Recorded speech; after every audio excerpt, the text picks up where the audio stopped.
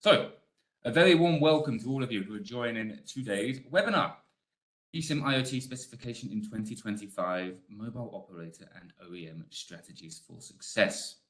My name is John King. I'm the Commercial Officer here at Kaleido Intelligence. I will be your host and moderator for today's webinar. And over the next 45 minutes or so, there's a range of new insight and discussion that we're going to be having with you, specifically on this topic, as we think about how the new specification, planned obviously for 2025, is going to further enable, eSIM use cases, especially for the IoT profile moving into next year. So there's a lot of content that we have to get through with you, and of course we want your inputs as well as we go through this session. We will share all of that detail with you momentarily about the agenda and how you can participate. But before we get into that, let us firstly give an introduction to the expert speakers who are joining us on today's event. At a high level, you can see with us that we have Stephane Jayet from IDEMIA, we have Yatin Pahwa from Vodafone Business, and we have Steffen Sorrell also from Kaleido. So, gentlemen, it's a pleasure to have you with us today. And I think to start with, for the audience, why don't you come off mute and give a quick introduction to your roles within your respective companies. Let's work it from left to right, as we see on the screen. So, Stephane, starting with yourself. Yes, thank you, John. Hi, everyone. So I'm Stephane. I'm heading the product management team within the connectivity services BU at IDEMIA. So we are dealing mainly in that case for the subscription management solution, being the M2M, the consumer and IoT, as well as the side solutions that are related to that, such as our digital factory. But also, I would say the SIM OTA platform and other side solutions that we are delivering to our customer. Perfect. Thank you, Stephane. And Yatin, let me hand over to yourself. Thanks, John, and good afternoon to everyone, or good morning or good evening, depending on where you're dialing in from. My name is Yatin Pahwa. I head the product management team in Vodafone IoT.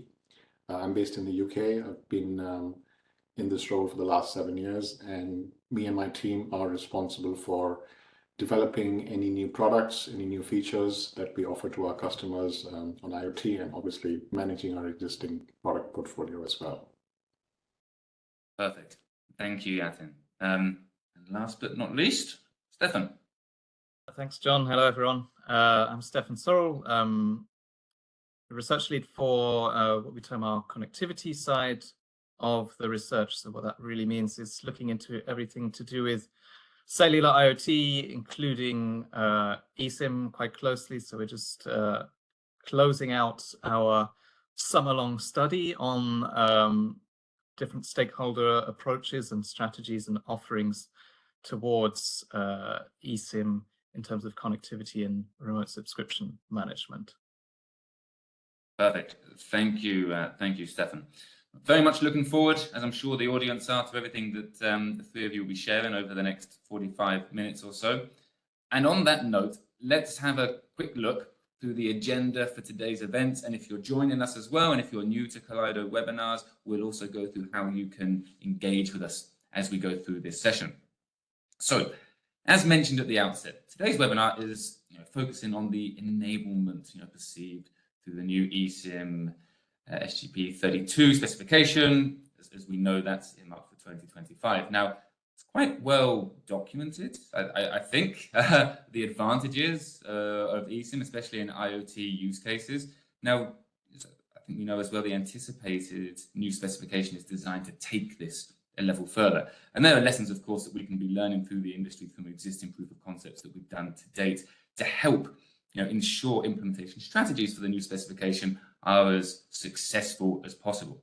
So to help inform us on that narrative on today's webinar, we're going to be going through some insight and sharing with you in two different formats. So firstly, the first bullet, as you can see on your screen, Steffen will be presenting from Kaleido's latest insights directly into eSIM IoT. Now, if Kaleido is a new name to you, many of you, of course, join the webinars that we do, but if this is your first time, Kaleido is a research house that specializes in the cellular IoT connectivity ecosystem. As part of that, we do actually research year-round on this topic, looking at the roadmaps for new technologies, looking at the feedback directly from customers as well. So Steffen will be giving insight into, I guess, challenges that the industry might have, customers might have, with their eSIM, looking at the market outlook of how we see, I guess, eSIM IoT evolving, especially in light of the new specification, and our views as a research perspective on how we see that specification further enabling the industry. Now, moving on from here, we'll then focus into the next bullet point that you can see, and that's really looking at how customers can ensure a successful, optimized deployment strategy. Okay, and there's a lot to cover within that element as we go through. So as we do that, we'll be getting our experts to give their voices on a series of discussion points, based on enabling that topic. Steffen, of course, will be sharing from Kaleido's research perspective. Stephane and Yatin will obviously be sharing from the IDEMIA and Vodafone Business perspective, as these firms directly enabling industry change with their customers. So there'll be a lot of discussion that we go through this and insight that we'll present. And we want to hear from you as well as we go through the webinar. We have a time, as you can see at the end, for answering audience questions. Now, to submit your questions, the way we do this is through the chat feature. Very simple. Bottom right-hand corner of your screen, you'll see the chat icon. So what we'd ask that you do is, as we go through the session, as you're triggered for questions by what we present, what we discuss, please just type those questions away in the chat box and submit them. And then we'll have this dedicated time at the end of the session where we'll aim to answer your questions live. As always, if we do run out of time and not be able to field them live, we always follow up with all of you after event as well. This is all about an educational exercise. So we want to hear from you, and please don't hold back as you share. And of course, I think finally, before we hand over to Steffen to lead us in the insights, it's worth mentioning that with that theme of education for the industry in mind, that is, of course, what today's session is all about. There will be resources coming your way post-webinar. So this session today is recorded. You'll have a copy of the recording that will be coming to you post-event. What we present to you is expanded as well in a new industry white paper that will be available shortly. So post-event, do keep your eyes on your emails, because you'll receive one from us with a link where you can access these resources and learn more. Okay, I think that sets the scene very nicely. So let us hand over to Steffen. And Steffen, you can share, I guess, from what we see in the research industry when we're looking on this topic. So let me move to the next slide for you. Yeah, thanks, John. I think, maybe before we really delve into the meat of everything in terms of best practices and learnings and so on, we thought it was a good idea to give a bit of a refresher. I mean, as I mentioned earlier, when we look at the ecosystem, part of what we do every year is go to the RSP market, see how many customer references platforms have been deployed in the market. And I think every year it's quite a stark difference between the number of consumers, so SGP22 platform instances, compared to M2M SGP02, which is the older specification for IoT use cases. And we see that has perhaps brought about some challenges in the market. So, just a couple of survey references here from our large IoT enterprise connectivity survey we did earlier on this year. So 37% of those who have adopted eSIM saying, some operators only support one type of eSIM profile. So again, I think that references back to the disparity between consumer use case support and M2M use case support. So maybe saying that there's not enough choice on the market that they perhaps would like for IoT use cases. And the second point of reference is 32% saying switching network profiles is too costly and too time consuming. And indeed, when we look at M2M spec deployments, pretty much the de facto rule has been it's there for insurance purposes. Very few instances of large scale switches. I know IDEMIA have been involved in at least one of those, but really it's not the norm to do that.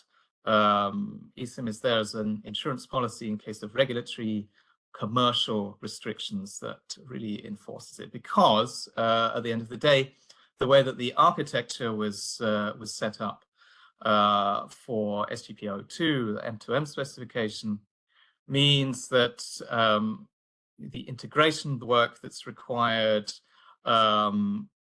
and to make sure that everything is working when you do need to switch profiles to a new service provider can take up many months and many thousands of dollars. So yeah, it's not really as simple a vision as perhaps the GSMA was promoting a few years ago. So there we are in terms of the M2M specification. If we move to the next slide, I think, there's quite clearly been a recognition that some things need to be simplified. There are other barriers to the market as well. I'll just run through some of those quickly there. I mean, integration we've just really covered. But with the IoT specification, you're introducing new elements. So the EIM and IPA architecture. And really what that does is remove some of the complexity associated with SMSR, SMDP integrations, a much more simplified mechanism for switching the profile and downloading a new profile for new operator support. On the other hand, the M2M spec has dependency on SMS, TCP/IP stacks, the sort of things that are not all devices within the IoT ecosystem can support. So narrowband IoT, for example, lots of the time can't even utilize SMS, while TCP/IP is quite a heavy protocol. It's not suited to constrained devices.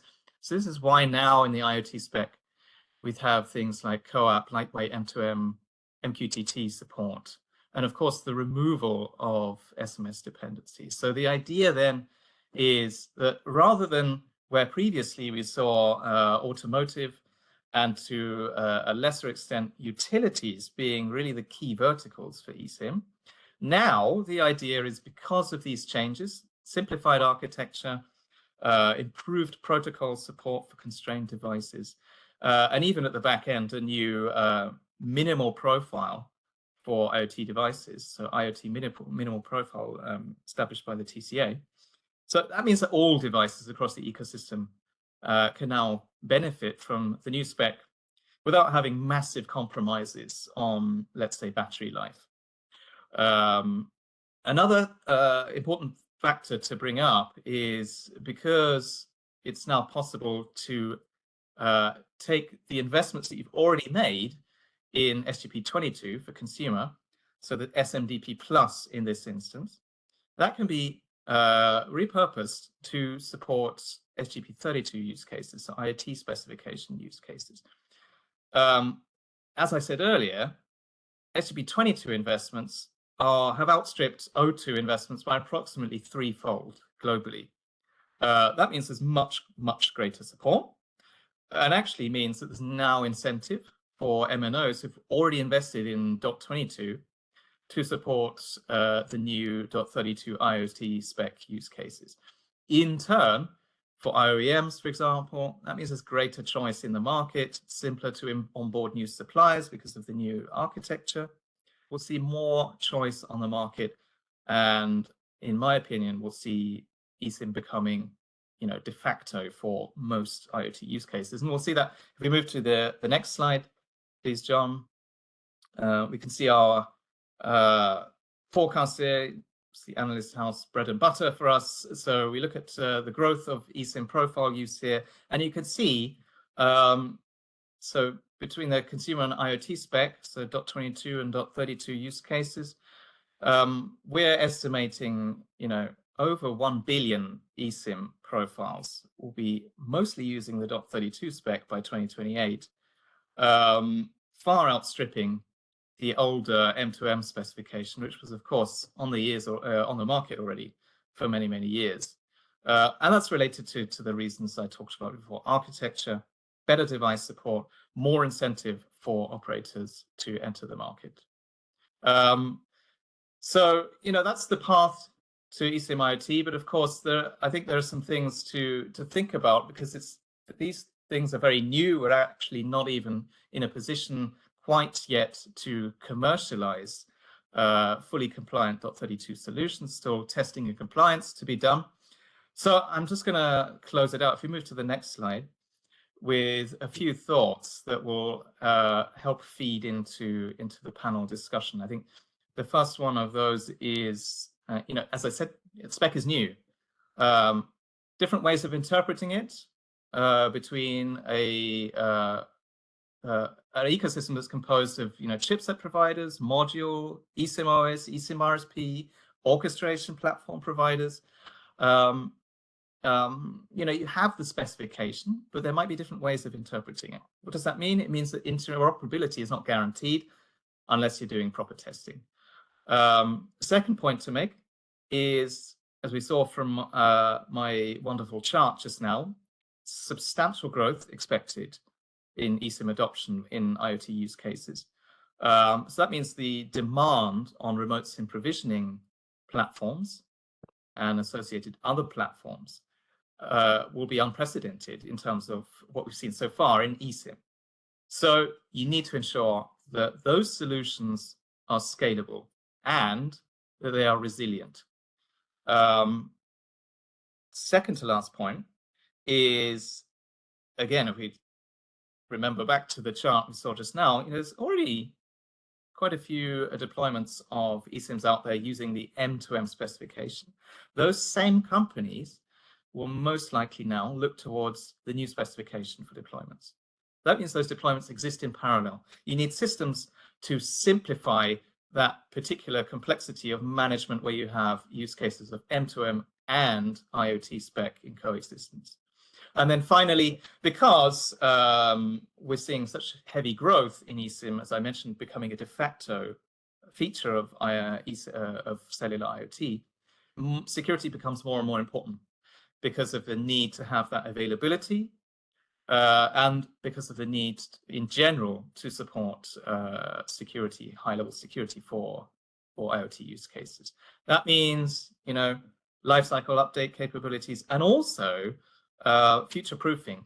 Given the life cycle of IoT devices between 10 and 20 years, in that time frame, most likely, we'll see the emergence of quantum computing becoming viable, and in turn, the possibility of quantum-assisted attacks. So solutions, bear in mind, have to be ready for those kinds of things becoming available. So I'll just close it back there and hand it over to you, John. Yeah, thank you, Steffen, for that overview. I think that's really helpful as we now move into the second part of the webinar, as it were. So appreciate that. And of course, as you mentioned, we're going to come back and touch upon a few of these points as we now move into the next section. And the next section is now, where we really look at, the practical steps, I would say. So what should a successful eSIM strategy look like, as that new specification hits next year? And, there's 6 different discussion points that we're going to be going through, I would say, over the next 20 to 25 minutes or so. So now's the time where, alongside Steffen, Yatin and Stephane, I invite you to come off of mute because, again, there's a lot that we want to go through building off, what we've just said as the outliner, as it were. And just a quick reminder to the audience, if you join us late as well, please do submit questions to this as we go. We do have a dedicated Q&A time at the end of this webinar. Great that Carrie and John have already submitted questions as we've gone through. So thank you for those. They're very much noted. So do keep them coming. And again, if you joined us late, just use that chat feature to submit your questions as we go. But right now, let's move into the first discussion point of the panel. And we've heard from Steffen on the benefits Kaleido sees from the new specification. But for Stephane and for Yatin, through the eyes of IDEMIA and Vodafone Business, respectively, really keen for you to share your thoughts on this first question that we can see here. Why is the new eSIM IoT specification a game changer? Stephane, I'm going to come to you first for this to give the viewpoint, from IDEMIA's positioning. Yes, thank you, John. So, I'm part of the RSP ecosystem since a couple of years, and I was really already there when the M2M specification popped up. And I would say that, everybody knows that the M2M solution that was deployed didn't have the success that we were expecting at that moment. There was a lot of expectation, but at the end, I would say that a lot of frustration and disappointment came with that specification on the market. And the new IoT, for me, is coming with three main promises. The first one is simplicity. And clearly, the GSMA with the specification that they created is coming with that one in terms of architecture, but also in terms of deployment and how the solution is working all together. So that's very first good point that we'll add there. The second thing is that also the solution is coming with an affordable way to deliver the solution, in the sense that part of the solution is already deployed by your customer, typically for the consumer management. So that will bring a big advantage there. And therefore, there is less to be deployed, and therefore, it's easier. The last one that I will mention as a promise is that the fast delivery.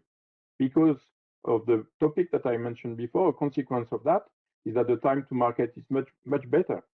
First, you have the DP+, the consumer platform that is already there, deployed by your customer, so they just have to either upgrade or to have the M2M profile located on there.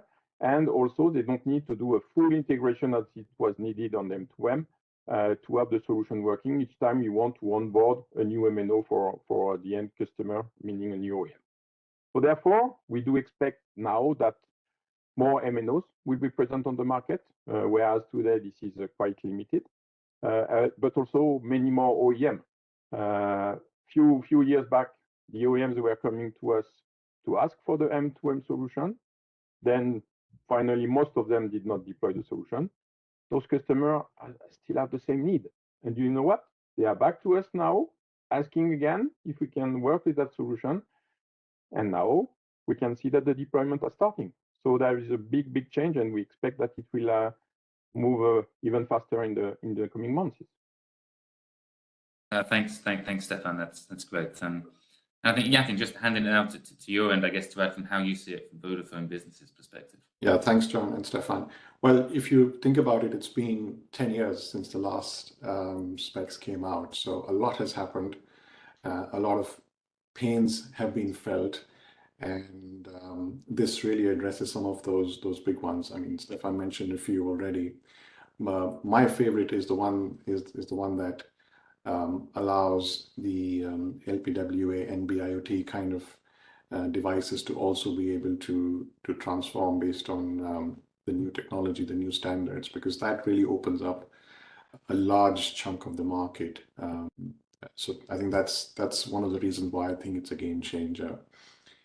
Also from a Vodafone IoT perspective, and when we have customers who have been using eSIM and EUICC so far for transformation and switching, as compared to the previous technology and now going into SGP32, I expect that the time needed will go down from months to days when it comes to enabling this, and the cost will go down from tens and hundreds of thousands to, well, not zero, but nearly zero. So again, this really makes it so much more universal and so much more easy to access for many of the enterprise customers and industries that have so far not been able to take advantage of it. So yeah, it's really something that will open up the market the way I see it. Thanks, Yatin. Okay, let's move on now to discussion point number 2. Okay, and this is regarding, as you can see, industry demand. So, and as we know, different verticals, of course, have different requirements and use cases. But in your view, and we'll get each of your thoughts on this in turn, which industries do you see, taking an interest in this new eSIM IoT technology? And Yatin, I'm going to hand it back to yourself to start with on this one. Sure, thanks, John. And actually, just continuing from my last kind of favorite reason as well, I think the utilities, with all the smart metering requirements, especially water metering companies, are really well placed, because you can imagine, you put in a water meter somewhere deep down, you don't look at it for 10 years, 20 years, you got to make sure it remains connected. And the best way to do that is make sure that you can, if you need to change connectivity, you can. And with SGP32, I think it's a fantastic opportunity now for all the utilities to start looking at this very seriously. And in our experience, we see that happening already. Of course, we've had more traditionally, many of our automotive customers already using the previous version, but now we're seeing a lot of interest from companies that are using NB-IoT, LPW, etc. kind of technology. So to me, that's really one of the most interesting areas and interesting where the interest is coming from. And then, of course, if you kind of look slightly, in a different direction, it's also opening up possibilities for a lot of the eSIM kind of switching scenarios, because till now, again, eSIM would tend to be in battery powered and low power kind of devices. So that's just another category of devices that opens up when it comes to interest in SGP32. So again, and these are all going to be mass volume, big growth kind of areas. So again, pretty exciting times when it comes to who adopts this first. Yeah, absolutely. That's a couple of cracking examples I think you've highlighted there as well. Steffen, let's come to you next. Obviously, is an area that we do a lot of research on here at Kaleido. Keen to get your viewpoints for the audience on where you see this interest taken off.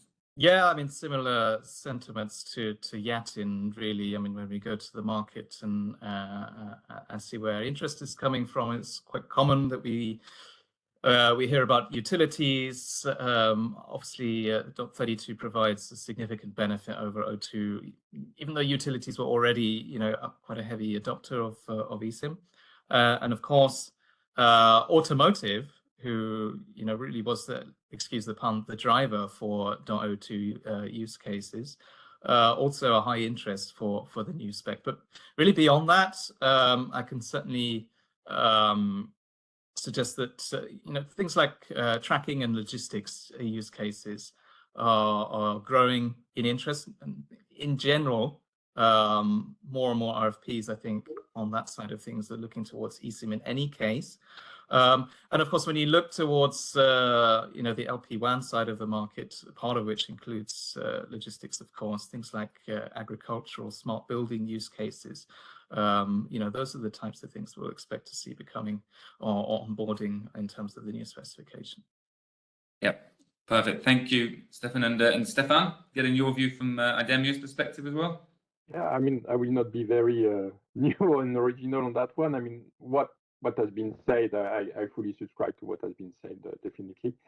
Just maybe to add on the automotive side, I would say 100% of our customers are today working on the M2M specification, the .02, but they are also all working on the new specification now. So they have a different timeline, they have a different way of seeing the way to deploy that solution, but they are all thinking of it, and they are all already committed to move to that specification.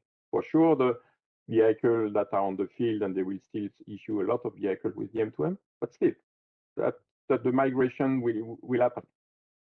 And maybe to add one more thing that is not linked to the two main areas that you were mentioning, there is also the module makers. Now the module makers are also coming to us, trying to see how they can onboard the UICC, being integrated or not. The two cases are existing, where they could, at the end, with that new specification, offer connectivity out of the box directly. And therefore, we see a lot of those potential new markets that are popping up that are brand new for us, and that we are trying to serve now. Perfect.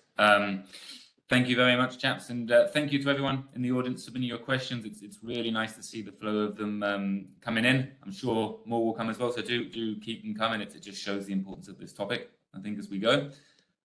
Let's move now on to the next discussion point. And as we mentioned, part of the agenda for today's webinar is looking at the lessons learned to date. Right, so that's important, obviously, for any firm, assessing how they can harness the new specification to its full potential. So with that in mind, the next question, as you can see, is what have you learned from eSIM IoT proof of concept for major industry players? And of course, the natural place to start here is Stephane, with yourself, obviously, because IDEMIA are doing a lot of work in this space. So I shall hand it over to you for this firstly. Yes, So first of all, I mean, we mentioned that there is a traction, and yes, definitely we can see the traction by the number of POC that we are executing. Today, we have more than 30 proof of concept that we are executing with different actors. And if you take the Gartner Magic Quadrant for the connectivity-based services, we are running the proof of concept with the top 3 of that one, including Vodafone, of course. So that's something that is quite interesting. And I would say that those pilots are showing us few things that are very important. So first of all, for the customer, we were, as I was saying, coming with a promise. And they wanted to see if that promise is a reality or if this is just a dream or just a pure marketing stuff that we are trying to sell to them. Then when they see that in a couple of days, you can have a solution that is fully up and running and working. And when you have a customer that has, for example, an M2M UICC in the past in his device, you just take the M2M UICC, you insert the IoT UICC, and then it sees that everything is working instantly, then there is nothing better than this to convince the customer that there is a proof there. That being said, we see that there is some challenges that are yet there, in the sense that it is impossible today to have a full solution certified by the GSMA. And this is quite an important topic for our customer. Even if we have a fully successful proof of concept, some of them are telling us, okay, yes, I want to be ready, I want to be there, but I need to have a fully certified solution. And today, the GSMA is late on that, from that perspective compared to what was the expectation initially. So we are still to work on that one to have a certified solution, mainly around the UICC. So theoretically, I would say on the first half of 2025, that should be possible. And therefore, also, people are coming to us, okay, is your solution compatible with the different consumer platforms that are on the field? Difficult to be proven, but we made some tests, and so far, that's I would say that's successful. But everybody has to prove that on the market to ensure that everything will be working, which is not that easy. Last but not least, that I want to mention is that the new specification, because it is open, it gives the capacity to have many different protocols to be implemented, being the CoAP, being the MQTT, etc. And as it was mentioned by Steffen at the beginning, many people can interpret the specification in different ways, etc. And the introduction of additional protocol will also highlight and increase the complexity around that. So we have, for example, on our side, solutions for MQTT, for CoAP, etc., with a full end-to-end service. Is it working with every device? We don't know yet. Is it working with every SMDP plus platform behind? We don't know yet. But we have big hope and we expect that it will work in the future. Thank you, Stephane. And then Yatin, I guess there's something you want to add, obviously, from your perspective and the work you've been doing from Vodafone Business side. Yes, a few points to add from my side. I would say one of the biggest learnings we have is the eagerness from many of our potential customers to actually adopt the technology and then based on the new standards. So much so that we sometimes get asked, can we just go with a pre-certified solution? So I'm sensing there's a latent need and a demand to run into this. Obviously, we support the standards. So like Stephane said, we're just waiting for the standards to be fully certified and also the testing to be certified, and then we can pretty much go into the market. So that's one learning, that there is demand out there and customers are eagerly waiting. So the sooner we can get this on the road, the better. Then even internally, we are also, so we have a range of Vodafone branded IoT devices. So we're also looking to see how they are going to perform and behave when it comes to functioning with SGP32. We do sell quite a few of them and they ship in millions. So it's a great opportunity for us to use this time as well to make sure, what can we make compatible and what are the kind of tests we need to do to get that running. And of course, we are working with IDEMIA to work on some of the POCs. So that's like Stephane said, there are quite a few learnings that are coming out of that we are sharing jointly as well. Perfect. Thanks, Yatin. Let's move on then on to the next discussion point. And I hope Paolo will be happy now with what we're going to talk about, because big question obviously we repeatedly hear at Kaleido has now been echoed, with what Paolo has asked as well, which is how do you deal with the M2M, so the SPG02 and the IoT SGP32 coexistence requirements? So again, a perfectly apt question, I think, for the topic and what the audience is looking at as well. So Yatin, would you mind if I hand it back to you firstly on this point? Sure, thanks. And this is almost the elephant in the room, right? You can't kind of leave a technology behind. So so it's a natural question to ask and expect, and a natural concern to have as well. Now, of course, we know that the SGP02 and the SGP32 specs are quite different, and they will work quite differently when it comes to the ecosystems and environments. And it's not like O2 can be upgraded to 32 and vice versa. Now, how are we going to address this?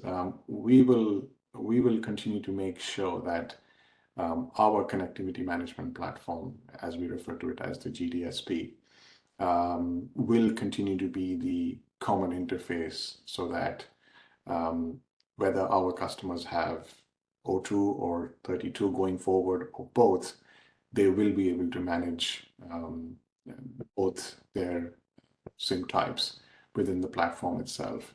Obviously, this makes it a lot more worry-free for them, so that when they know that they have this option and they have this capability to be able to manage that. I think that really is the simplicity and the experience that we can offer and we should offer. And I hope others will do the same, really, because it's good for the customer that they don't then have to worry about, oh my God, we have to manage one kind of SIMs on one platform and another kind of SIMs on a totally different platform. So that's really, the way we want to address this and address any concerns that any potential customers might have.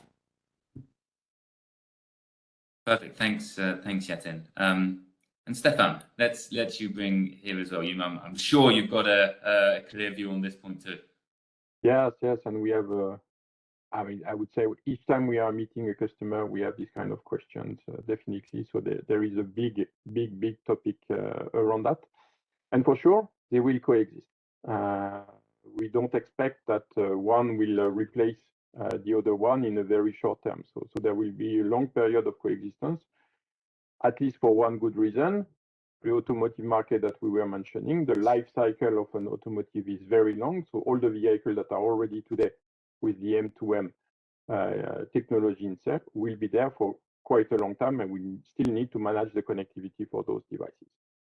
That being said, in IDEMIA, because we were working a lot on those two specifications, and we have many customers around that, we developed an orchestration layer that is running on top of those two platforms, both the M2M and the IoT, so that we are offering one single entry point and integration point to our customer, and they can directly interact with the right platform. Let's take an example. You will send us a command to download a profile on one specific device. Then we check what device it is, to which technology it belongs to, and that's easy because we have the database of the UICC, so we can find this information. And based on that, we can dynamically assign the profile to the right platform, to the consumer or to the M2M platform, and then perform the download of the profile. And all this is done with one single API call from our customer. And also it helps them to have only one stock of profile that independently of the technology that will be used to make the download. So that's quite important, and I would say that we are quite successful with that model right now. John, if I may just add on something which just triggered a thought in my head, which Stephane was saying, which is on the longevity of maintaining SGP02 while 32 comes on board, and absolutely that will coexist and continue for a while. It's, it's one thing to be able to manage both, but it's also to make sure that, SGPO2 continues for a while. It's not like, oh my God, there needs to be now a desperate attempt to just only have SGP32 and forget about SGPO2. We do expect customers to continue. Like Stephane said, there are millions and millions of devices out there, hundreds of millions actually, that would be running on SGPO2 already. So, it shouldn't suddenly feel like the support for that will stop. It's a bit like SMS. Yes, it'll shut down one day, but it doesn't mean that we're not using SMS at the moment. So yeah, that is an important angle as well to bear in mind, along with just the platform management and coexistence part of it. Yeah, absolutely. No, thanks, Yatin, and hopefully some of our audience members as well. So not just Paola, but I know Johannes had a question similarly along this line as well. So hopefully that gives some good input to those as well. So a reminder to the audience, do keep those questions coming. Fantastic to see the feed coming in. So let's move it on now to the next point. And I think for the next one, obviously, very keen, Yatin, to hear from yourself on this. Obviously, Vodafone have, obviously a lot of experience, in eSIM deployments. You've been offering solutions for a long time on the existing specifications, so really keen if you're able to share with us, what your main advice is to customers. So when you were discussing eSIM with them, it's coming up, what's the main advice that you're giving them on this? Yeah, sure. I mean, a significant chunk of our SIMs on our platform are indeed eSIMs. I think the starting point is we're of course trying to work with customers and educate customers where we can on their use cases, and really the question is, do you really need SGP32? And if you do, what do you intend to do with it? And by all means, we encourage anyone who wants to have EUICC, have that. And we think it's good for customers to be able to have that option, but obviously do it for the right reasons, because it's going to be new technology. It probably will be slightly expensive, right? So just make sure that customers have the right reasons for doing it. Then the strongest recommendation I would say is that make sure that it is a GSMA certified solution, which is what we've all been waiting for, because we support the standardization. It helps with scalability. It helps with the experience. It helps with some other areas as well that we might touch upon, perhaps through some of the questions that will come.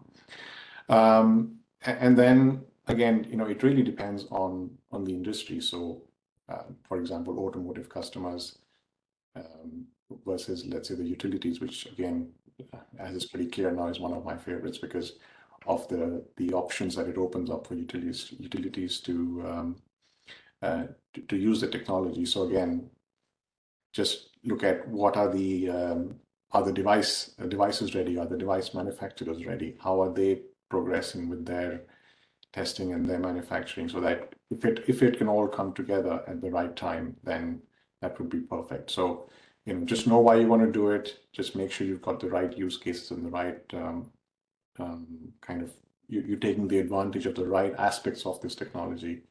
And then obviously we need to make sure the rest of the ecosystem, especially the devices, are also available.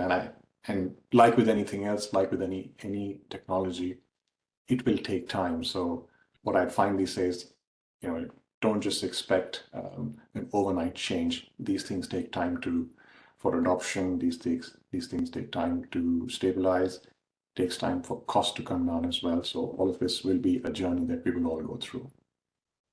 Yeah, absolutely. Thanks, Yatin. And I think before we move on to the next one, I think Stephane as well, I think keen to get your viewpoints here again, just on the, what advice you're giving to customers on this as well, if there's additional inputs you'd like to share.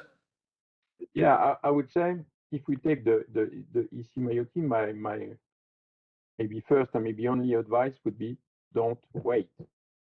Don't wait, because we are running proof of concept.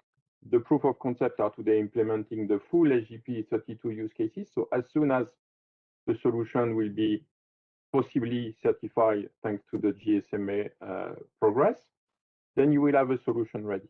Okay. And then also, it's also don't wait as an MNO, for example.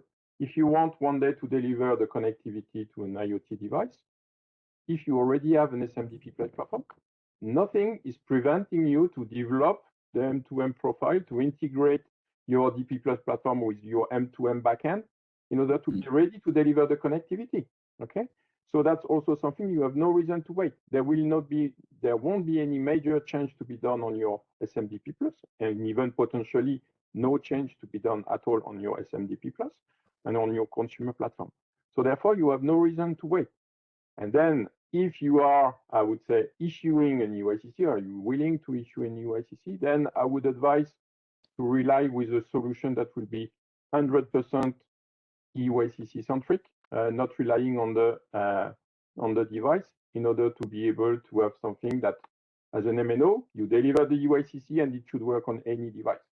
So let's try to avoid the solution that will be depending on the device, at least to start with. Yeah, perfect. Thanks, Stephane.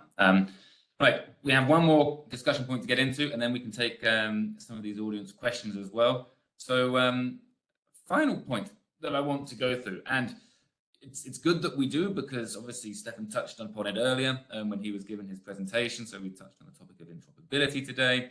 So again, I'll get thoughts from Yatin, yourself, and Stephane from yourself as well on why is interoperability so important, for business, and how can it be ensured?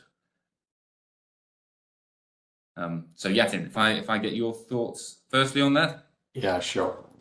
Well, I see this on two dimensions when it comes to interoperability. The first is just the ability to switch between operators. The word operator is the operator word between interoperability, no pun intended here. But just making sure that when we as operators, MNOs, adopt a solution, then it is important that our customers are able to move from one to the other. So that's one of the most important expectations, when it comes to interoperability. So that to me is a must-have. And therefore it's important for businesses. The second is when it comes to the interoperability between components. So we hear all the acronyms about EIM and IPA and SMDP Plus, etc. But then, as far as possible, they should also be able to talk to each other, irrespective almost of who the supplier is. And of course, some of these things are being ensured as part of the GSMA specifications, and perhaps some will evolve to ensure that. But I think those are the two most important dimensions I see when it comes to interoperability between the operators and also then between the components. And in the end, it's for the customers to benefit from this simplicity and then the ability to move and switch and scale as well, because then they don't have to worry about will things work in the future if we switch MNOs or if we switch suppliers, for example. John? Yeah. Thanks, Yatin. And again, so I think rounding this out, so Stephane, from your perspective, what additions you'd add to that from your perspective? Yeah, I see two different angles to see the interoperability. There is one that Yatin mentioned, is the interoperability between the components. I think that's absolutely key for two reasons. Our customer, the main case, they want to have a multi-sourcing strategy. They don't want to be depending on one supplier, so they want to be sure that if they buy a new ICC from IDEMIA or if they buy a new ICC from someone else, their platform will be able to handle it properly. Okay, so that's quite important. The second side of it, which is more or less linked to the previous one I mentioned, is also, let's imagine that we are initially selling the solution to one operator, and the customer, for any reason, now wants to switch to Vodafone. So you will have to onboard the UICC coming from a different platform. So you need to have a process that is allowing you to onboard this new UICC, and you need to be sure that this UICC will be properly managed once it will be into the Vodafone platform. So that's something that is key. And if we are not able as an industry to reply to that need, then we will be in big troubles. We've seen in the past when we are, as a supplier, delivering, let's say, a proprietary solution, that at the end it hurdles the customer by being locked with a vendor, and they don't appreciate that. So this is something that we should do our best to avoid.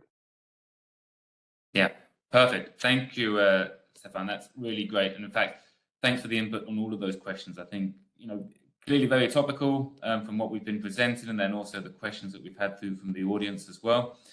As you can see, now for the remaining time, we'll have about 5 or 6 minutes or so. We're going to tackle a few of these audience questions that have come in. So for those that you have submitted them and been waiting patiently, we'll rattle through as many of them that we can now. Do not worry if we don't get to your question live. We will be following up with everyone who's asked a question post-event. Okay, I'm going to start at the very beginning. So John asked the very first question. It's only right that we go to him firstly. And the question that he asked, I'm just going to recap it for you in the chat, and then Yatin, I'll put it to yourself as a first take, if that's okay. So he said, we have seen it has taken a while for the SGP32 to be finalized. What impact is it likely to have on the rollout of SGP32 compliant devices, or has the delay helped OEMs ensure their devices will be ready sooner? So Yatin, keen to get your thoughts on that? Yes, it's a great question, because yes, there has been a bit of a delay, which has impacted some elements of the technology and what we'd offer.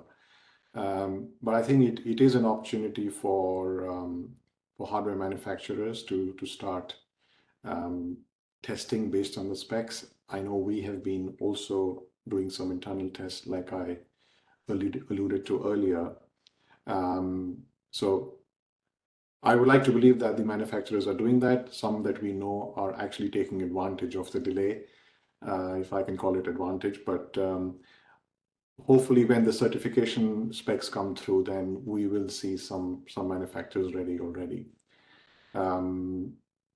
So I think, yeah, it has helped more than being a deterrent, I think, when it comes to this delay.